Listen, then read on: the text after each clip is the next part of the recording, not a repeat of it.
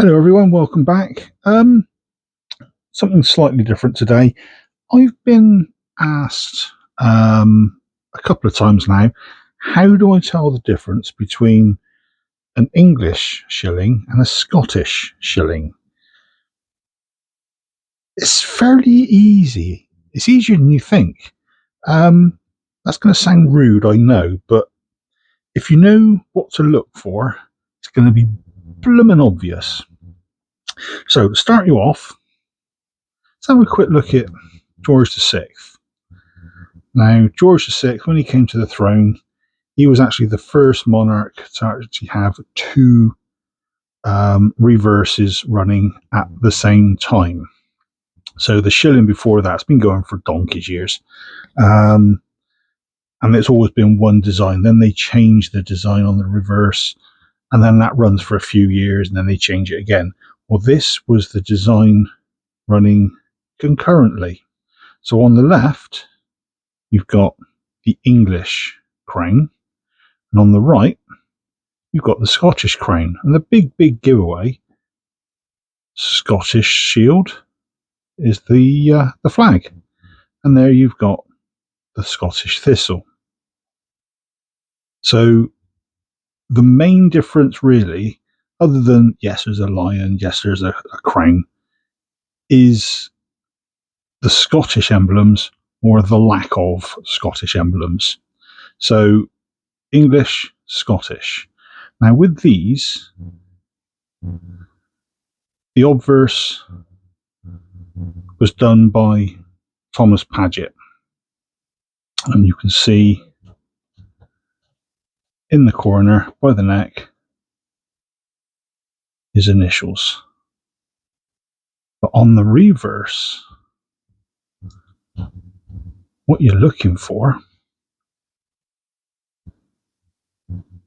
is the initials there of KG, and either side of the lion's legs there, KG, and that is George Kruger Gray.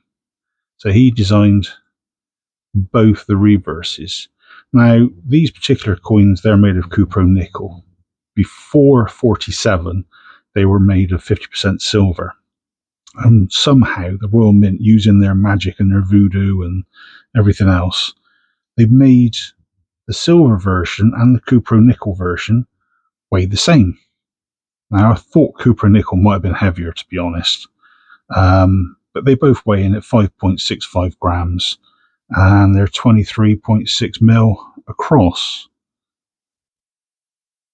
So, like I say, English on the left, Scottish on the right.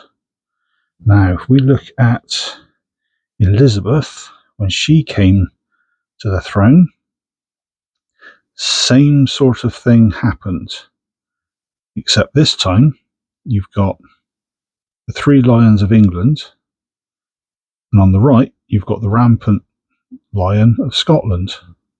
So there's no giveaway that it's Scotland's because of a flag or a thistle. If you know your emblems, as in the lions themselves, you'll know three lions is England, one rampant upright like that. That's your Scottish. So again, measurements exactly the same. 5.65 grams, cupro nickel, 23.6 mil. There's no change. But the design on this one was by Mary Gillick. And for some reason, I've never seen it, and I don't think it exists, but her initials are not shown on the obverse. Whereas quite a few of the other designers over the years, even going back as far as Victoria, all had initials somewhere in the design.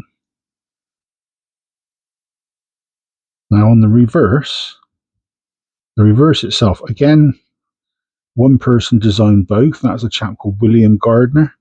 If you look at the bottom of the shield, you've got the W on the bottom left and the G on the bottom right. You can see the same on the Scottish one. So there you go. It's fairly simple once you know. Obviously, If you're British, you will know your lions. If you're not British, 3 lions is something that the English are proud of. The one rampant lion like that is something that the Scots are very proud of. So it's a national thing, nationalistic thing.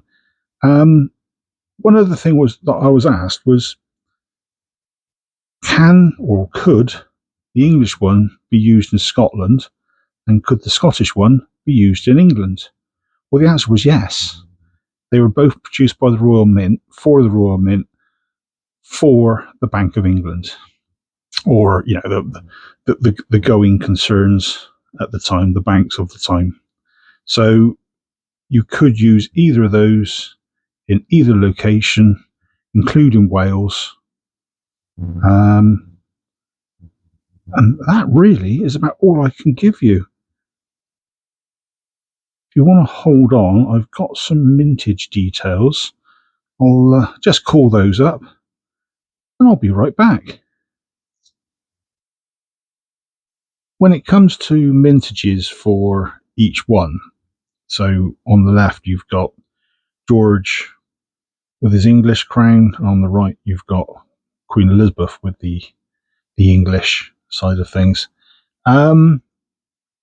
There are mintages out there. They appear to be accurate, looking at the little book that I use, which was issued from back in 1967, I think it was. So it's contemporary of the time. So it's not been messed around with, shall we say, by the internet claiming to know better.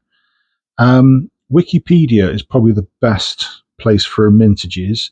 So the figures themselves, the George shilling, that ranges from 11 million issued all the way up through to, at one point, I think it was about 45, 46 million. And the Scottish stuff was considerably less. It ranged from about 4, 5, 6 million up through to an average of about 15 million. And I think, again, that one maxed out 1948, I think it was 45 million. And the Elizabeth ones, there was a lot more issued on a more regular basis. So I'll put the link into the description for that page. So you need to scroll down a little bit, but they're all there, and maybe help start you collecting the shillings. Like I say, I've already got everything from 47 onwards. They actually stopped being issued in 66, and there was a proof set only that came out in 1970. So all the way through to 66 from 47. It's not a lot, but it's enough to say I've got a start. If you want to get into the silver collecting side of it, make sure you've got some deep pockets. I've got 2 or 3 from before 1947, and some of them were not cheap, but they were in pretty good condition. Anyway, for now, that's me done.